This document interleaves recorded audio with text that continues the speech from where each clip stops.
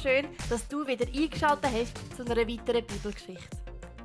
Weisst du noch, was ich letzte Woche als letztes gesagt habe?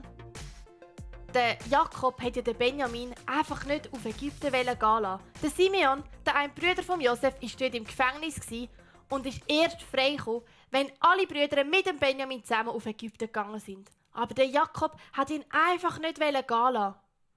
Und sie haben ja Getreide gekauft in Ägypten, aber irgendwann ist das Getreide ausgegangen.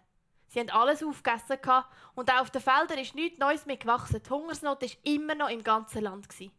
Und darum hat der Jakob seinen Söhnen wieder gesagt: «Hört, geht wieder auf Ägypten, geht noch mal Getreide kaufen.» Aber seine Söhne haben gesagt: «Schau, wir können nur gehen, wenn wir den Benjamin mitnehmen können. Ohne Benjamin können wir nicht auf Ägypten gehen. Der Herrscher hat gesagt, wir dürfen erst kommen mit unserem jüngsten Bruder.» Und der Jakob hat wieder gesagt: «Nein, ihr dürft den Benjamin nicht mitnehmen. Wenn an Benjamin etwas passiert, wenn er stirbt, werde ich das nicht überleben.» Und dann hat der Juda, der eine Bruder von Josef, hat gesagt: «Los Jakob, ich verbürge mich für den Benjamin. Ich tue mich für ihn verbürgen. Wenn an Benjamin etwas passiert, dann soll die Schuld das Leben lang auf mir lasten. Ich will schauen, dass er sicher wieder daheim ankommt.»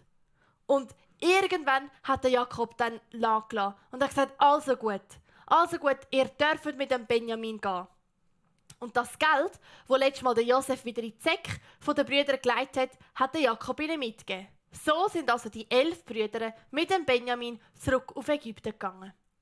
Wo sie in Ägypten angekommen sind, haben sie am Diener das Geld zurückgeben. Aber der Diener hat das Geld nicht haben, sondern wisst ihr was? Er hat sie eingeladen in den Palast von Josef. Die Brüder durften in den Palast von Josef gehen. Und dort hat der Josef seine Brüder wieder getroffen. Aber seine Brüder haben immer noch nicht gewusst, dass es der Josef ist. Sie haben ihn noch nicht erkannt und er hat sich ihnen noch nicht zu erkennen gegeben. Der Josef hat endlich nach diesen vielen Jahren wieder den Benjamin gesehen. Er hat sich mega gefreut und er hat sogar brüllen. So hat er sich gefreut, den Benjamin endlich wieder zu sehen. Aber er hat sich immer noch nicht zu erkennen gegeben. Der Josef hat nämlich seine Brüder testen. Er wollte herausfinden, ob seine Brüder sich wirklich verändert haben nach all diesen Jahren. Und darum haben zuerst die Brüder mit dem Josef zusammen essen. Und dann, wo sie zusammen gegessen haben, hat der Josef ihnen Getreide gegeben und hat sie wieder heimgeschickt. Aber jetzt hat der Josef etwas ganz Spezielles gemacht. Erstens hat er ihnen das Geld, das sie gezahlt haben, wieder mitgegeben in ihre Säcke. Und zweitens hat er einen silbrigen Becher genommen von sich vom Palast und hat den am einen Bruder in einen Sack hineingelegt, der voll war mit Getreide. Und dann hat er seinem Verwalter gesagt, dass er seinen Brüdern hinterher gehen soll. Und er hat zu seinem Verwalter gesagt: «Los, geh zu meinen Brüdern, jag ihnen hinterher. Und wenn du sie eingeholt hast, dann du sie zur Rede stellen. Und sag ihnen, warum habt ihr den silbrigen Becher vom Herrscher geklaut?» Und der Verwalter hat das gemacht. Die Brüder waren unterwegs, heimzu, und der Verwalter hat sie eingeholt. Und er hat gesagt: «Warum habt ihr den Becher geklaut? Warum habt ihr den silbrigen Becher klauen?» Und seine Brüder haben gesagt: «Nein, wir haben nichts falsch gemacht, wir haben den Becher nicht geklaut.» Und dann haben sie gesagt: «Also schau, wir haben nichts falsch gemacht, aber du kannst gerne unsere Säcke durchschauen. Und bei dem, wo du den Becher siehst, der muss sterben. Und wir alle werden Sklaven von deinem Herrscher in Ägypten.» Und so hat er also die Säcke durchgeschaut. Und wisst ihr was? Er hat plötzlich den silbernen Becher gefunden, und zwar im Sack von Benjamin. Wisst ihr noch, der Jakob hatte den Benjamin nicht auf Ägypten gehen lassen, weil er hat gesagt, wenn an Benjamin etwas passieren würde er das nicht überleben. Der Juda hat sich dann für den Benjamin verbürgt und hat gesagt: «Schau, wenn ihm etwas passiert, wird die Schuld das Leben lang auf mir lasten.»